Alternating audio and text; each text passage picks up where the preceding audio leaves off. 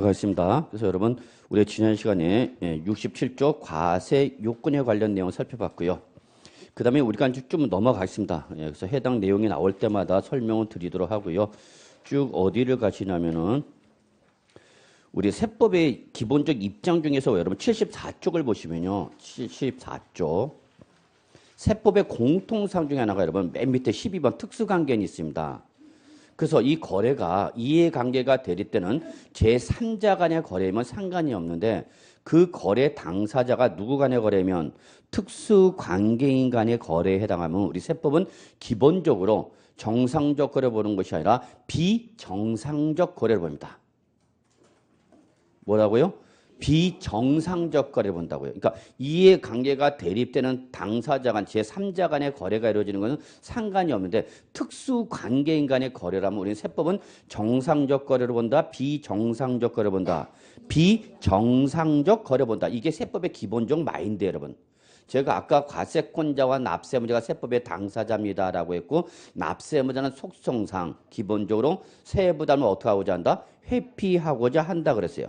그럼 과세관청은 그런 인위적인 행위를 통해서 세부담을 회피하는 걸 그대로 둔다, 방치한다, 아니면 못하게 한다. 못하게 한다.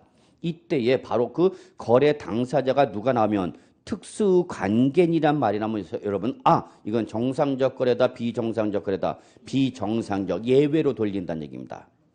그러면 여기서 특수관계인이 뭐냐라는 것이 이제 구체적으로 75쪽에 이제 세부적으로 나와 있는데 그거를 여러분이 시험 대비로 보실 필요는 없고 이러한 특수관계인에 해당하는 거래에 때는 원칙으로 본다, 예외로 본다, 예외로 본다. 그렇게 기본적 개념만 보시면 돼요. 그러면 다시 왼쪽에 74쪽에 보시면 특수관계인의 대표적인 사례 1, 2, 3에 나와 있어요, 여러분. 그래서 1번 밑줄 친족관계.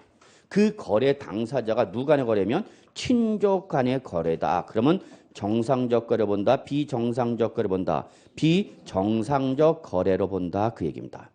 이래서 혈족이라든지 인척 등 대통령을 정하는 친족관계. 이때 여러분 항상 대통령은 뭐를 말한다 그랬죠, 여러분?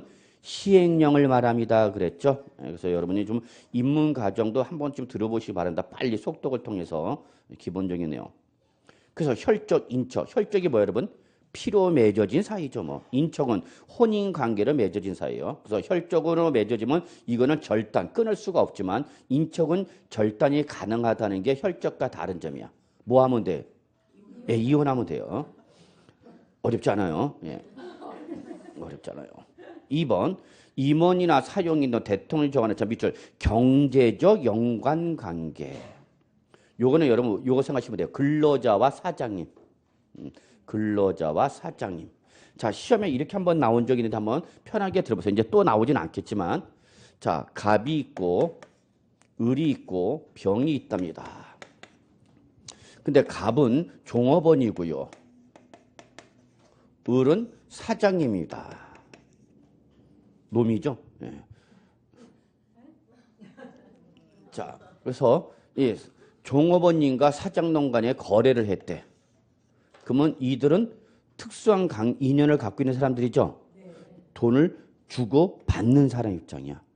그럼 이들 간에 거래했다. 그러면 정상적 거래를 본다, 비정상적 거래를 본다. 비정상적 거래를 본다니까 우리 세법은. 그런데 병은 누구냐면 이 갑과 생계 유지를 같이 하는 가족입니다. 그러면 이들 간의 갑과 병 간의 거래했다. 그럼 정상적 거래요? 비정상적 거래요? 비정상적 거래죠. 근데 시험에서는 갑과 을의 관계든지 갑과 병의 관계를 물어보는 것이 아니라 을과 병의 관계를 물어봐요. 그럼 이때 을과 병은 특수관계인이냐 아니냐 이 문제가 실전 기출문제입니다. 자, 그러면 특수관계인이에요? 아니에요?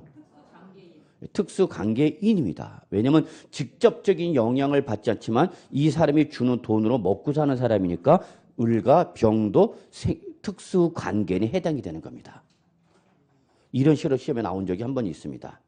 그러니까 시험은 전형적인 출제 범위가 있고요. 예외적으로 한 번 출제가 되고 더 이상 출제되지 않냐는 문제. 이런 걸 저는 뭐라고 표현하냐면 일회성 문제라고 합니다. 그래서 제가 아마 강의를 하면서 자, 여기 한번 시험에 나왔으나 또다시 계속해서 반복해서 출제될 만한 성격의 문제가 아니다. 그러면 이걸 제가 일회성 문제. 그러면 여러분은 크게 신경 쓰실 필요는 없다. 한번 스쳐가는 문제야. 이해하셨어요? 예. 그 다음에 바로 3번 보시면은, 예, 주주나 출자자 등 대통령을 정하는 뭐 밑줄 경영 지배 관계. 그럼 요거는 뭐 생각하시면 되냐? 회장님과 회사. 특히 우리나라는 이 관계가 아주 밀접하죠. 오너와 회사의 관계. 여러분 재벌 생각하시기 바랍니다. 재벌들의 오너와 회사에는 어떤 관계냐? 특수 관계의 경우. 그럼 이들 간의 거래라면 정상적 거래 본다, 비정상적 거래 본다, 비정상적 거래 본다. 그 얘기야. 이게 기본적인 마인드다. 세법에서. 자, 그렇게 좀 보시고요. 그 다음에 어디로 가느냐? 76조. 납세 의무의 성리, 확정, 소멸 나와 있어요, 여러분. 찾으셨나요? 자, 2017년도에는 납세의무 소멸이 시험에 나왔는데 저는 납세의무 성립 시기 별표 3개. 조세 총론에서 가장 시험에 많이 나온 부분입니다. 가장 많이 나온 부분입니다. 그 다음에 다음 페이지 보시면 여러분 78쪽에 보시면 납세 의무의 확정이 나와 있습니다. 별표 2개. 그리고 79쪽에 납세 의무 소멸이 나와 있죠. X 시험에 안 나와 이제 얘는. 작년에 이미 노출돼 버렸기 때문에. 그러니까 여러분이 자 기출문제집은 꼭 보십시오라고 강조합니다. 기출문제, 자, 이때 여러분이 기출문제집을 보라는 이유를 잘 이해를 하셔야 되는데, 기출문제를 보면서 실전에서 시험에 어떻게 나왔고, 어떤 유형으로 나오고, 어떻게 물어본지 그걸 보라는 얘기야. 근데 여러분들 가끔 하다 보면 기출문제 자꾸 저는 세법은 하여튼 기출문제 닭과 해설을 외우려고 하지 마십시오. 왜 그러냐? 안 나와, 걔는. 안 나온다고요. 안 나온다서 똑같이 안 나온다는 얘기야. 그러니까 제가 여러분 기출문제를 보십시오. 다른 것부터 똑같지만 아 이렇게 문제가 나왔구나. 이렇게 나오구나. 이 정도 난이도로 물어보네. 이런 걸 파악하란 얘기지. 거기 나와있는 다크 해설을 저는 열심히 외우라고 하고 싶지는 않아요. 왜? 그건 안 나와. 이미 우리 공인중개사 시험은 공개 문제입니다. 즉 문제 시험 끝나면 문제가 다 여러분 갖고 가죠. 문제가 오픈된단 말이야. 그럼 오픈된 문제는 절대 또 안 나와요. 무슨 말인지 아세요? 그런데 왜 보라냐? 아, 실전에서 이렇게 나오는구나. 이렇게까지 물어보는 거. 그걸 파악하라는 얘기야. 그래서 내가 어디까지 어떻게 공부를 할 거냐. 그걸 느끼라는 얘기인데 여러분 기출문제 닥터 해설을 열심히 외우겠습니다. 그냥 참고만 하십시오. 이런 식으로 나왔네. 이렇게까지도 물어보네. 아, 이런 문제는 계속 나오고 있네. 그걸 파악하라는 얘기예요. 그래서 여러분 기출문제도 보면은 계속 나오는 부분은 계속 나와요. 또 일회성 문제도 있어요. 한 번 출제되고 그 이상 더 이상 나오지 않는 부분도 있어. 그런 거는 과감하게 외워보니까 넘어가야 돼요, 여러분. 일회성까지 공부하려면 여러분은 공부량이 엄청나게 넓어지고 좁힐 수가 없어요, 여러분. 그래서 세법은 16개에서 몇 개를 목표로 하느냐? 13개를 목표로 합니다. 제 강의는 13개짜리 목표 강의입니다. 16개 다 못 찍습니다. 16개 다 맞추게 하려면요, 여러분. 저는 강의를 하지 말고 저쪽 미아래 가서 돗자리 깔아놓고 이거 하는 게 나아. 나온다, 안 나온다, 나온다, 10만 원. 네. 복제하는 게 더 나아. 단 이런 것이 나올 가능성이 높다는 어떻게 보면 확률적 게임이죠. 확정적이 아니라 뭐야? 확률적. 근데 그 확률이 저는 매우 높다라는 게 이제 특징이라는 얘기죠. 그러나 16개에서 16개 다 목표로는 못한다. 몇 개 정도를 목표로 한다, 여러분? 13개. 전 이거 공개적으로 얘기합니다. 그리고 매년 그 약속을 지키려고 제 나름대로 많이 노력도 합니다만 여러분 입장에서 잘 안 보이는 거죠. 자, 어쨌거나 납세의무 확정 별표 2개 그리고 납세의무 소멸은 이제 이미 작년에 나왔기 때문에 또 나온다 안 나온다? 안 나온다. 근데 지금 납세의무 성립 확정을 하려면 여러분 전체적인 내용이 다 나와요. 그래서 이걸 일일이 다 할 수가 없기 때문에 요거는 1월달, 2월달 본 강의가 끝난 다음에 그리고 나서 다음 3월달에 할 때 가면 이해하기가 쉬워요. 근데 지금 당장 들어가면 모든 내용을 지금 다 언급하려면 오늘 하루 종일 해도 이게 부족합니다. 그래서 일단은 중요한 부분이다라는 표시는 해놓으시고요. 예, 요거는 지금 당장 설명을 들어가고 못 들어가고 3월달에 우리가 일반적인 취득세, 등록세, 재산세, 양도소득세 이런 것을 강론을 공부한 다음에 들어가도록 합시다. 자, 넘어가겠습니다. 그 다음에 쭉 넘어가셔갖고 어디 가느냐, 여러분. 부동산 세법 90쪽입니다. 90쪽. 자, 여기서 여러분은 딱 어디만 보시면 되냐면 2번 부동산 활동별 관련 조세의 구분 찾으셨나요? 90조. 맨 밑에 박스 있죠? 예, 요거 별표 하나. 요거는 시험 출제 범위입니다. 실제 우리가 부동산세법은 이걸 공부하는 겁니다. 그러면 부동산세법은 뭐냐? 한마디로 말해서 부동산과 관련돼서 부과되는 조세를 다루는 과목이 바로 우리 부동산세법이라는 과목이고요. 자, 그럼 여기서 이제 구체적으로 한번 예를 들어봅시다. 여기 갑이 있고 여기 을이 있습니다. 갑과 을 간에 부동산의 매매가 이루어집니다. 자, 그러면 항상 여러분 법률 행위가 나오면 여러분 저는 항상 이걸 강조해. 법률 행위가 나오면서 가불병정이 나오면 여러분 제일 먼저 해야 할 일이 뭐냐면 그 가불병정의 정체를 밝혀야 되는 거예요. 가불병정의 정체로 밝히지 않고 문제 풀다 보면 여러분이 말릴 수밖에 없어요. 그럼 부동산의 매매인데 갑과 을인데 갑이 을한테 팔았다. 그러면 갑은 뭐가 되는 거고 매매 당사자 중 매도자가 되는 거고 을은 뭐가 된다는 얘기 여러분? 매수자가 된다 그 얘기죠 여러분. 이때 이렇게 부동산의 매매를 해서 소유권이 이전될 때에 이 갑인 매도자한테 부과되는 대표적인 국세가 바로 뭐고 양도소득세다 지금 그 얘기입니다. 그리고 매매 등으로 해서 부동산을 취득한 을한테는 부동산이란 재산을 취득했으니까 뭐가 부과돼요 여러분? 취득세가 부과된다 그 얘기입니다. 근데 이 취득하는 과정에서 소유권 이전 등기는 물론이지만 예를 들어서 또 다른 소유권 취득 등기 이외에 소유권 사용 수익에 관한 죄송합니다. 소유권이 아니라 사용 수익에 관한 권리라고 볼 수 있는 임차권, 전세권, 또 내가 은행에서 뭘 받았어? 대출 받았어. 그럼 저당권 이러한 등기가 있게 되면 그 등기를 하기 전에 먼저 뭘 내야 되냐? 등록 면허세를 내셔야 돼요. 자, 그래서 을이 매매를 취득했습니다. 그리고 취득한 목적에 따라서 이제 뭐 하죠, 여러분? 사용을 하겠죠.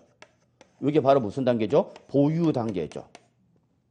그럼 이때 6월 1일이라는 과세기준을 기준으로 해서 이 재산을 보유하는 사람한테 뭐가 부과되냐? 재산세가 부과됩니다. 재산세. 그리고 이름만 기억하시면 되는 또 뭐가 있냐? 지역자원시설세라는 것이 있습니다. 지역자원시설세라는 것도 있다. 그리고 이 보유 단계에서 여기까지는 지방세인데 이 보유하는 부동산이 돼서 다시 한번 뭐가 부과되냐? 종합부동산세라는 것이 부과되기도 합니다. 자, 정권이 바뀌면서 작년 2017년 8월 2일자로 부동산 종합대책, 한마디로 주택가격 안정대책이죠. 그래서 8월 2일자로 바로 부동산 종합대책이 발표됩니다. 이 8월 2일자로 발표된 부동산 종합대책에서 다른 데서 볼 수 없던 새로운 용어가 나오는데 그게 바로 뭐냐? 조정대상지역, 조정지역이란 말이 나옵니다.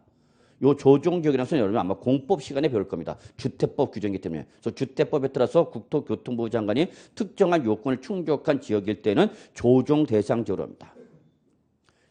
자, 이때에 이 조정대상지역일 때는 결국은 세부담을 무겁게 하겠다. 규제를 강화하겠다. 규제를 완화하겠다. 규제를 강하겠다. 그러니까 여러분은 지금 부동산 전문가가 되고자 오신 분이기 때문에 저는 항상 강조하는 게 뭐냐? 다음이나 네버동 또는 신문이라든지 경제신문에서 부동산과 관련된 뉴스는 여러분 항상 좀 관심 있게 봐주시기 바랍니다. 그 부동산 뉴스가 바로 여러분이 우리가 학원에서 배우는 내용입니다. 대부분 공법 아니면 세법입니다. 주로. 그래서 8월 2일자로 부동산 종합대책이 발표되면서 조정대상지역이라는 것을 신설해놓고 그 조정대상지역에 있는 주택 등일 때는 규제하겠다 해갖고 정부가 발표합니다. 그래서 주택가격을 어떻게 하겠다는 얘기야? 누르겠다는 얘기죠. 그 후속 조치로 양도소득세라는 국세가 개정이 됩니다. 이게 바로 올해 2018년도 가장 중요한 개정입니다. 그 다음에 우리 아까 잠깐 1교시 때 맨 처음에 봤었던 바로 2017년 9월 19일자인가요? 바로 양도소득세 비과세 규정이 강화됩니다. 그래서 조정 대상 지역에 있는 주택인 경우에는 남들은 1세대 1주택 2년 이상만 보유해도 비과세를 받을 수 있는데 조정 지역에 있을 때는 너는 2년 이상 보유 기간 중 2년 이상을 거주해야만 비과세 받을 수 있다라는 규정이 개정이 됩니다. 그리고 지금 이번에 법률 개정됐어요. 법률 개정돼서 조정 대상 지역에 주택을 2개 갖고 있는 자가 주택을 양도하면 남들보다 10% 중과세하겠다. 자, 1세대 3주택 조정 대상 지역에 1주택 3주택 이상자가 주택을 양도하면 남들보다 20% 할증 과세하겠다. 그래서 앞으로 양도소득세 왕창 때릴 테니까 왕창 맞기 싫으면은 언제까지? 3월 말까지, 금년 3월 말까지 팔아라. 안 팔면 4월 1일부터는 양도소득세 중과세하겠다. 그래서 다주택자들 빨리 주택 처분하라. 그러면 공급 물량이 나오는 거죠, 시장에? 그럼 시장에 공급 물량이 나오면 당연히 주택 가격은 어떻게 되는가? 떨어지겠죠. 그거를 의도해서 정부가 정책을 시행했는데 오늘 이번 1월 연초 나오니까 주택 가격 상승률이 하락하기는커녕 떨어졌습니다. 아니 올라갔습니다. 상승률이 높아졌어요. 그래서 지금 여러분은 느끼는지 모르겠지만 지금 정부와 강남, 서초, 송파구의 다주택자 간에 지금 싸움이 벌어지고 있습니다. 특히 이번 주택 가격 상승률 특징이 보면은 바로 강남구, 서초구, 송파구가 주택 가격을 급등하고 시키는 원인이 되지만 그 여파가 옆으로 변져진 거죠. 그래서 강남구의 주택 가격 상승을 해서 여파가 어디에 미치죠? 성동구의 주택 가격 끌어올립니다. 바로 옆이니까 한강 넘어가면 되니까. 그 다음에 송파구의 옆에 있는 게 바로 뭐죠? 강동구죠. 그래서 바로 강남구, 서초구, 송파구 다음으로 주택 가격 상승이 높은 지역이 바로 지금 송동구와 강동구로 나왔어요. 강동구. 빅3는 아니지만 빅4에는 들어간다. 그런 뉴스를 여러분이 좀 관심 있게 보시면 여러분이 다 우리가 공부하는 내용들이에요. 다. 그런 걸 보면 여러분 내가 배우는 게 이런 거구나 하는 걸 여러분 현실적으로 받아. 실제 여러분 공부할 때 현실적으로 안 하다요. 선생은 혼자서 그냥 법 얘기만 하다가 들어가지 저 스키는 그게 나한테는 현실로 안 와닿았기 때문에 어렵다고. 그거를 현실적으로 배울 수 있는 게 바로 뭐다 여러분? 뉴스입니다. 저는 뉴스를 꼭 보십시오. 그리고 또 합격생들한테 제가 한국경제TV나 매경이라든지 또 뭐 경제방송에서 소위 말하는 부동산 전문가들이 나와서 각종 상담 활동을 받으면서 방송 활동을 합니다. 그런 거 잘 보시라고요. 저는 이렇게 얘기합니다. 많은 합격생에서 가장 듣기 싫으면 복도방이 되지 마라고 합니다. 복도방이 되지 마라. 여러분은 복도방이 아니라 공인중개사다. 국가가 공인한 부동산 전문가라는 자부심을 갖고 그에 걸맞게 전문가로서의 지식을 갖춰놓고 활동을 하라는 얘기입니다. 근데 아직도 실무 나가면 복도방 수준을 크게 벗어나지는 못한다는 건 여러분도 잘 알 겁니다. 안 합니다, 공부. 전문가 집단이라는 그런 그룹 속에서 가장 공부 안 하는 게 공인중개사입니다. 그냥 물건만 찾아보고 보러 갑시다. 그냥. 이것만 할 줄 알지?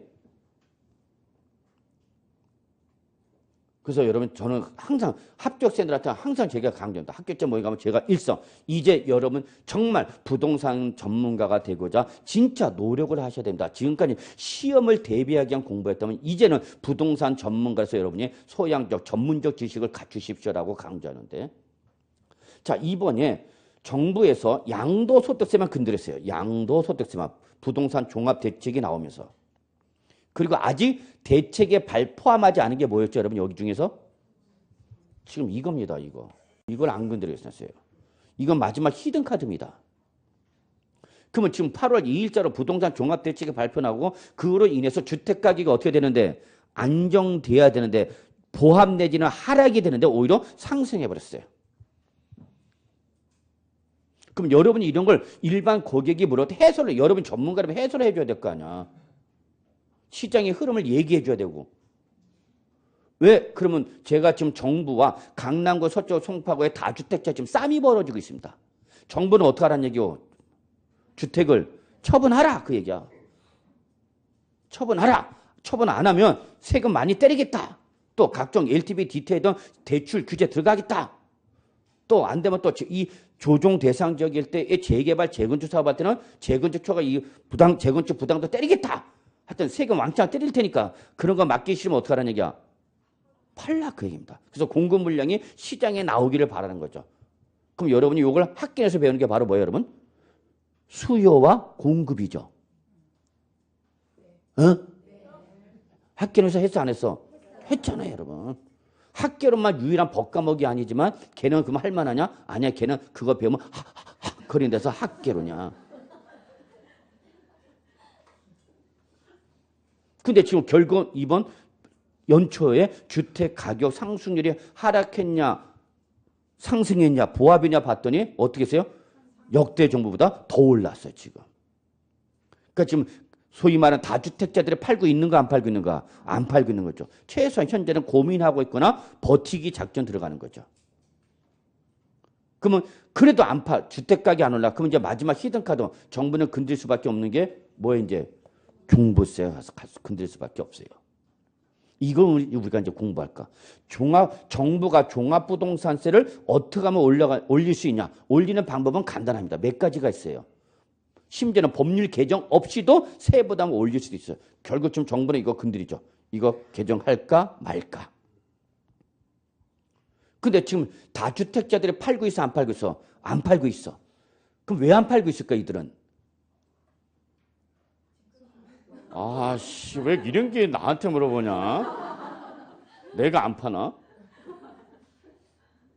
왜 안 팔까요? 그렇죠. 다주택자들 안 팔고 있는 사람은 세부담 증가분보다는 주택가격 상승률이 더 크다라면 버티겠다는 얘기죠. 이게 바로 경제적 의사결정이죠.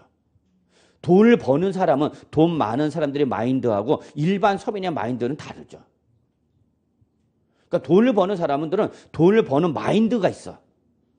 그걸 우리가 배워야 되는데 어떻게 하면 돈 버는데요?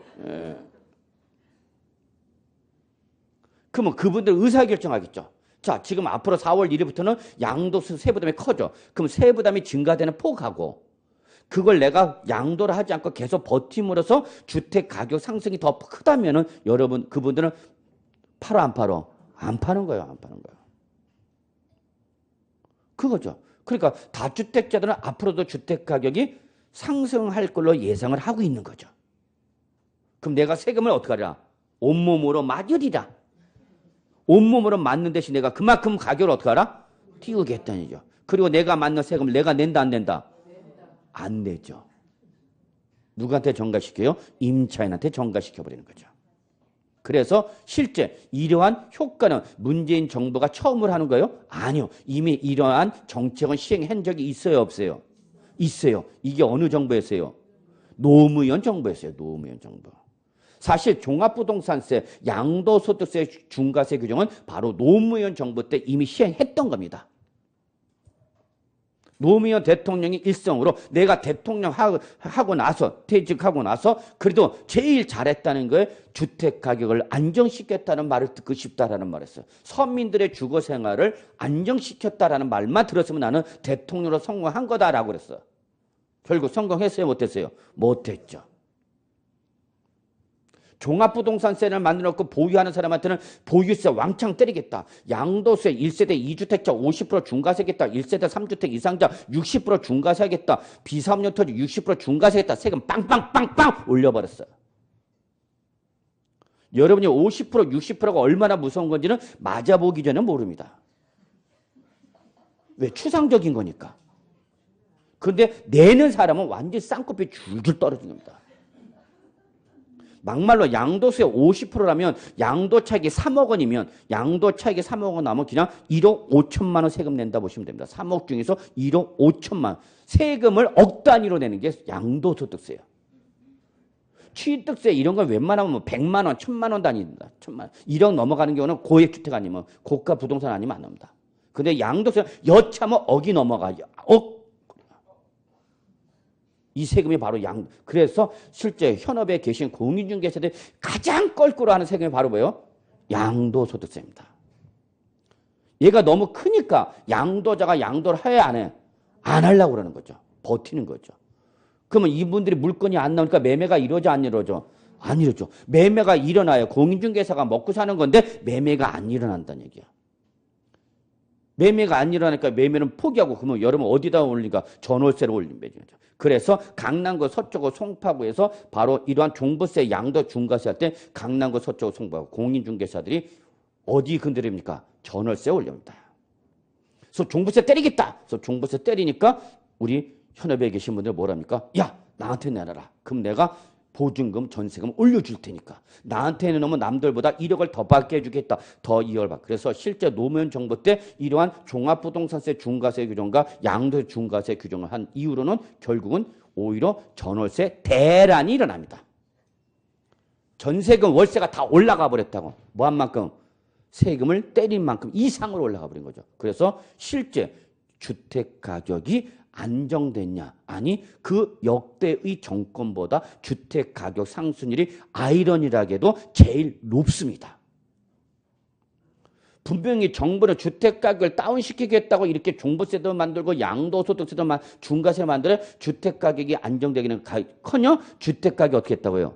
올라가 버려서. 그것도 역대 정권보다도 제일 높은 상승을 보입니다. 이거를 우리는 부동산 학계에서 이렇게 말하죠. 뭐라고 얘기해요? 주택 가격을 안정시키고자 수많은 정책을 시행했는데 결과 주택가에 떨어져서 올라갔어. 올라갔죠. 이거를 우리는 학계에서 뭐라고 하는 거죠, 여러분? 정부의 실패 안 들어보셨어요?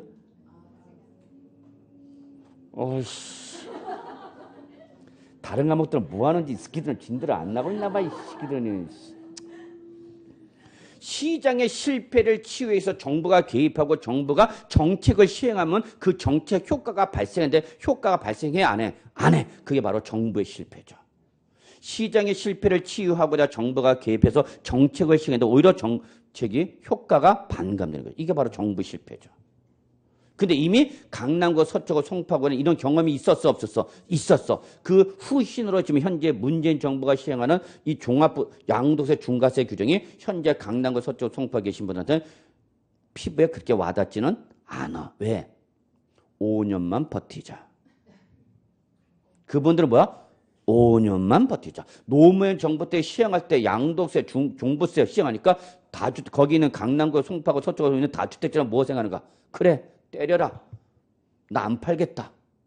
너한테 팔아서 세금 내니 내는 계속 보유함으로써 주택 가격 상승폭을 먹겠다. 이러한 경제적 의사결정하고 팔기를 거부하죠. 그러니까 결국은 양도가 안 되고 그 세금은 중과됐는데 그 세 부담을 본인 임대업자가 부담하는 것이 아니라 누구한테?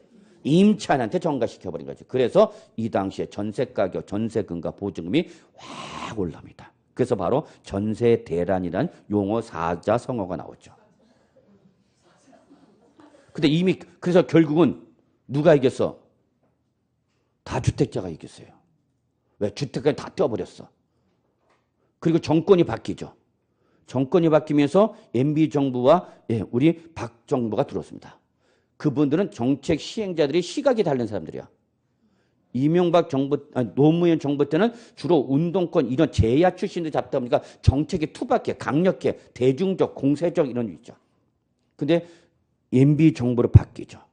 거기는 정책권자가 재산이 많은 사람이야, 적은 사람들이야? 다 많은 사람들이야. 그러니까 자기네가 다 여기 맞는 사람들이야. 거기에 계신 분들 다 이거 대상자들이라고. 그러니까 이거 시행해 안 해? 안 하죠. 없애버려. 그래서 유예, 양도세 유예, 종부세 개정에서 완화. 그래서 실제 현재 종합부동산세가 명맥은 유지가 되어 있습니다만 실제 당초 시행했던 종부세의 취지는 없어요. 그래서 이걸 차라리 없애버려라. 없애버리고 얼른 통합시켜라. 재산세로 통합시켜라. 라고 이제 안의도 나오는가. 근데 다시 정부가 바뀌죠. 다시 칼 꺼들어 큰했죠. 뭐 시행하겠다? 양도세 1단계.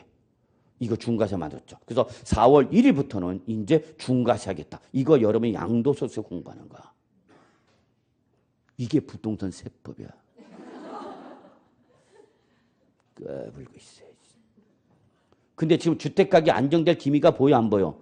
안 보여. 왜? 이미 이명박 노무현 정부 때 이미 이런 경험을 했어, 안 해서? 했어, 다주택자들. 결국은 자기네가 이겼다고 생각하는 거죠. 그래서 그래, 난 버티리라. 이게 바로 학습 효과죠.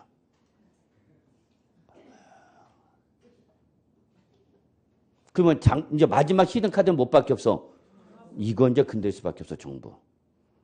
만지작 하겠죠. 시행할까 말까. 결론, 저는 강남구, 서초구, 송파구는 제 개인적 생각입니다만 이거 해도 저는 효과가 없다라고 봅니다. 근본적 대책이 아니거든요. 세금 문제는 경제적 행위로 인해서 발생하는 부수적으로 발생하는 것이 세금의 주된 경위가 아니죠. 매매를 하니까 양도소득세, 취득세금이 부과되는 거지 양도소득세가 먼저 발생되고 취득세가 먼저 발생돼서 매매가 이루어지는 게 아니죠. 제가 무슨 말을 하는지 아시죠? 매매라는 경제 행위가 일어남으로 인해서 그에 대한 세금 문제가 파생적으로 나는 거다는 얘기야. 그러니까 세금은 주된 의사결정이 아니라 뭐야? 파생적, 종속적 의사결정이야. 이해하시죠? 근데 종속적 의사결정이라 볼 수 있는 뭐를 자꾸 세금만 건드려 갖고는 이게 안 된다는 얘기입니다. 제가 볼 때는. 그러니까 주택 가격을 안정시키려면 세금 카드 건드려봐 별로 저는 효과가 없다고 봐요. 왜? 주택 가격이 계속 상승할 거라고 예상한다면 계속 세금을 맞더라도 보유한다는 얘기죠. 근데 지금 현재 부동산 주택 시장, 지금 올해 가장 큰 부동산 시장의 흐름이 뭐죠? 올해 신규 주택 물량 몇 구가 나온대? 45만 구 정도가 나온다고 그랬죠. 연락 안 왔어 또? 아씨, 그런 걸 왜 나한테 자꾸 물어보냐? 여러분이 그런 전문가가 되고자 하는 신문이야. 부동산 경제를 봐야지. 그래서 여러분 공인중개 되면 여러분 진짜 공부할 게 많습니다. 특히 경제를 모르면 안 됩니다. 그런 거 하라는 거야, 공인중개사가. 근데 그런 건 안 하고 있고 맨날 그냥 사무실에서 모니터를 이렇게 쳐다보면서 고돌이 치고 있죠. 쭉. 아이, 또 쌌네. 씨, 그러면서. 씨. 지금 바로 이러한 내용을 배우는 게 바로 뭐다고 여러분? 우리 이런 과목을 배우는 게 바로 뭐다고 여러분? 부동산 세법이다. 그입니다. 이해하셨나요? 그래서 대충 부동산 세법이 이런 걸 다루는 과목이다라는 거 감을 잡으시고요. 자, 하나만 마무리하겠습니다. 이때 취득세 세 문제 정도 나온다 보시면 돼요. 많은 몇 문제까지 나온다? 네 문제까지. 등록매수의 몇 문제? 하나. 그래서 여러분 거래 단계에서 부과되는 취득세, 등록매수 합해서 몇 문제 나오냐? 네 문제 정도 나온다 보시면 되겠습니다. 그다음에 우리 보유세, 재산세, 지역 자원시세, 종부세. 우리 어떻게 외우죠, 여러분? 이거를 재지종, 보유세 세 가지 꼭 기억해 두셔야 돼요. 이거 다 뉴스에 나오는 거예요. 자, 근데 여러분 이거 한번 좀 보세요. 왜 정부는 종부세만 건드리고 재산세는 못 건드리느냐? 이게 차이가 있죠. 재산세는 누가 낸다고 그랬죠, 여러분? 모든 재산 소유자. 그 부동산의 가액이 얼마냐를 묻지 않고 무조건 다 때리는 보유세가 바로 뭐예요, 여러분? 재산세죠. 그럼 종부세 특징은 뭐랬죠, 여러분? 요거는 고액의 부동산 소유자만 내는 세금이야. 그러면 내가 거주 목적으로 주택 하나 갖고 있는데 그 하나 갖고 있는 주택에서 세금을 왕창 때리면 돼야 안 돼? 안 되죠. 그러면 서민들이 죽잖아. 사실 말입니다. 솔직히 말하고 세금을 올리면요. 서민들이 죽지 돈 많은 사람은 안 죽습니다. 돈 많은 사람은 안 죽어요. 왜? 돈을 떼우면 되는 건데 죽는 건 누가 죽어요? 서민이 죽어요. 그걸 알아야죠. 그러니까 이거는 못 건드려. 정부가 건드리기가 힘들어. 이거 올렸다가는 모든 주택 하나 갖고 있는 사람 다 세금이 왕창 올라가는데. 그러니까 이건 못 건드려, 정부가. 그러니까 뭘 건드린다는 얘기야? 이거 건들 건 이것밖에 없어. 그래서 꼭 기억해 두셔야죠. 보유세 어떻게 한다고요? 재지종. 차이점은 모든 재산 소유자한테 부과하는 시군 구세가 바로 뭐고? 재산세고. 그 재산세를 낸 사람 중에서 특히 일정한 금액을 초과하는 고액의 부동산 소유자만 내는 세금이 바로 뭐예요, 여러분? 국세가 종합부동산세죠. 그래서 재산세 기본적으로 세 문제 정도 나온다고 보시면 되고요. 지역 자원세 시험에 안 나온다고 보시면 되겠습니다. 그 다음에 종부세 한 문제 정도 나온다 보시면 됩니다. 그래서 보유세 합해서 몇 문제? 네 문제 정도 나온다 보시면 됩니다. 그 다음에 부동산을 양도한 사람한테 최소 부과되는 양도세 5문제에서 많으면 6문제. 특히 이 부동산을 보유할 때 바로 누가 나오는 거죠? 바로 부동산 임대 사업이 나오죠. 부동산 임대죠. 지금 이거 규제하는 거죠. 그래서 만약에 니들이 다주택자가 안 팔고 계속 갖고 있으면 그러면 이거라도 하라. 뭐 하라? 임대사업자 등록하라. 그래서 정상적으로 봐라. 세금 내라. 그 얘기야. 지금 주택 웬만큼 임대사업자들 잘 안 냅니다. 지금 주택 임대 과세 강화가 기본 입장입니다. 그러니까 여러분이 우리 나중에 부동산 임대사업 여기서 한 문제 정도 나오는 거죠. 역시 2017년에 나왔죠. 공인중개사가 이거 모르면 게임 끝난 겁니다. 공인중개사라서 여러분이 고정비를 무조건 확보하려면 여러분 누가 알아야 돼요? 다주택자, 임대사업자 알아야 되죠. 임대사업자 못 잡고는 여러분 그냥 뜨내기 손님만 잡을 수밖에 없어요. 고정적 고객이 누가 되는가? 임대사업자 잡아야 돼. 그럼 임대사업자는 어디에 민감해요? 세금에 민감해요. 세금에. 그럼 임대사업자 세부담을 줄일 수 있는 방법을 내가 아느냐 모르냐 이게 내 무기가 되고 무기가 되면은 여러분은 임대사업자 계속적 지속적 관계가 유지가 될 것이고 이놈의 공인중개사는 내가 뭐 주택 임대 하나 2개 임대 줬는데 그 뭘 물어보기만 하면 맨날 몰라 저 인간은. 뭘 물어보면 맨날 전화 걸어 어디다가. 그러니까 서민들은 일반 국민은 공인중개사 서비스의 만족을 못하는 거죠. 원스톱 서비스가 제공 못 된다는 게 공인중개사 가장 취약점입니다. 법률관계 물어봐요? 자기가 답변해줘요? 못해요. 답변해주는 공인중개사가 별로 없어요. 누구한테 전화 걸어요? 법무사한테 전화 걸어요. 세금 문제 물어봐요? 답변해줘요? 못해요. 누구한테 전화 걸어요? 세무사한테 전화 걸어요. 그리고 돈은 달래요. 중개해줬으니까. 그지? 중개해줬지. 세무사도 중개해줬고 법무사도 중개해줬고 그러니까 고객 입장에서 뭔가 완스톱이 안 되는 거죠. 요게 바로 부동산 세법이라는 걸 잊지 마시기 바랍니다. 요 내용이 바로 여러분 90쪽에 나옵니다. 그래서 요것만 좀 보시면 돼요. 그래서 별표 하나 박스 쳐놨어요. 여러분 90쪽? 예. 그래서 우리 세법이 공부하는 게 요런 거다 보시면 되겠네요. 그리고 91쪽부터는 여러분 요러한 박스에 대한 보충적 설명입니다. 그냥 가볍게 눈으로만 보시면 됩니다. 넘어가겠습니다. 자, 그래서 이제 어디 오냐? 지방세 갑니다. 그래서 여러분 100쪽 취득세부터 이제 들어가십니다. 그래서 이번 시간은 여기까지 하고요. 우리 이제 3번째 시간부터 취득세 이제 개별적으로 하나하나씩 들어가도록 하겠습니다. 10분 쉬겠습니다.